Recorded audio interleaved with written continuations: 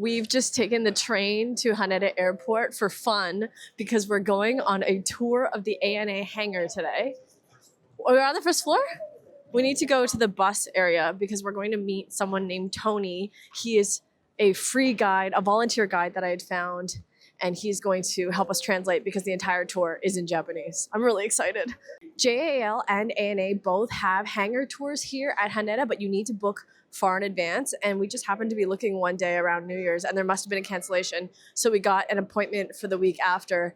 I'm really excited. I don't know what to expect at all. May I have your attention, please? This is a final boarding call for Flight 61 to Tokyo. JAL and ANA both offer hangar tours, and they're free for public relations purposes. It's meant to build trust and showcase their commitment to safety by letting people see the detailed work of maintenance engineers. It was my first time ever visiting a hangar, and I cannot believe how close they let you get to the planes.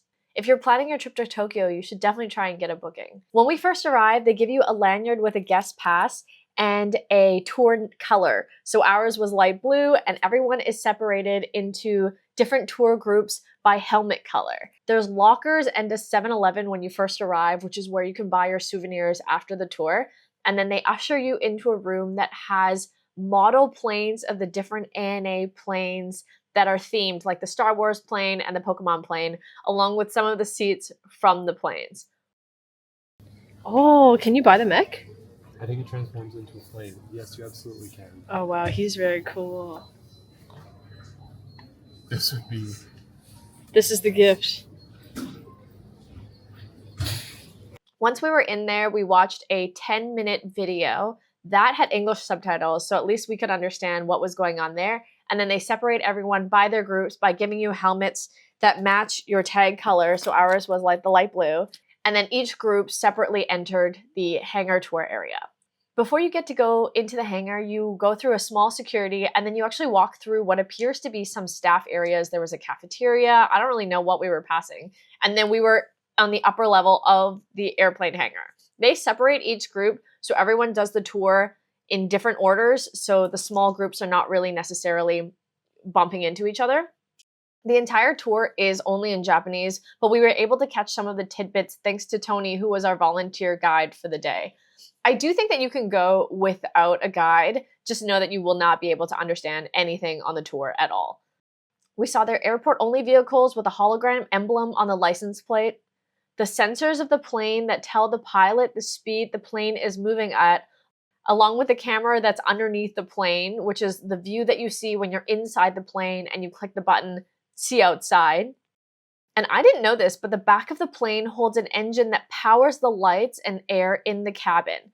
And I guess I've never seen the back of a plane before because I was a little bit confused to see that it kind of looks like a round back exhaust. I also learned that the engines are made by Rolls-Royce, and we were able to get up close to some of them. There was a training plane that many staff members were working around during the tour. So we had started at the upper level, and then partway through the tour, we went down to the main floor of the hangar, and that is when you get up close to a bunch of the airplanes. The hangar itself is really large. There was 3 planes when we were in there, but I was told that it can hold up to 7 787 planes. And it is a big hangar. Staff in there ride tricycles. We were pointed out the tricycles, and I was told specifically that they're not allowed to ride bicycles inside the hangar. If you're a serious aviation enthusiast and you follow some of the themed planes, you could try to book your visit to the hangar when there is a themed plane. Like if you wanted to see the Pokemon plane. It was really incredible to see the huge scale of the hangar, along with some of the details like seeing the staff toolboxes and the tricycles, which just makes sense because it's so big. It is a working hangar, so you will see staff moving around, service mechanics driving around, riding tricycles, moving objects, and just generally speaking, the tour just kind of keeps you on the side a little bit out of the way, but it feels like a very up-close experience. For me, it was just so cool to get to be so close to a Boeing 787. I don't know anything about planes, and I don't understand Japanese, so I feel like the tour could have been better if I understood what was going on, but I felt like the experience itself was still worth it. It was really incredible. I do think if you do understand Japanese, there was a lot of speaking, and I just don't feel like we personally learned much about servicing or inspections. But the experience itself, seeing the sights and the sounds, it was still really interesting. A really unique thing to do if you're in Tokyo and you're into aviation. Highly recommended if you can get a booking to go on the tour.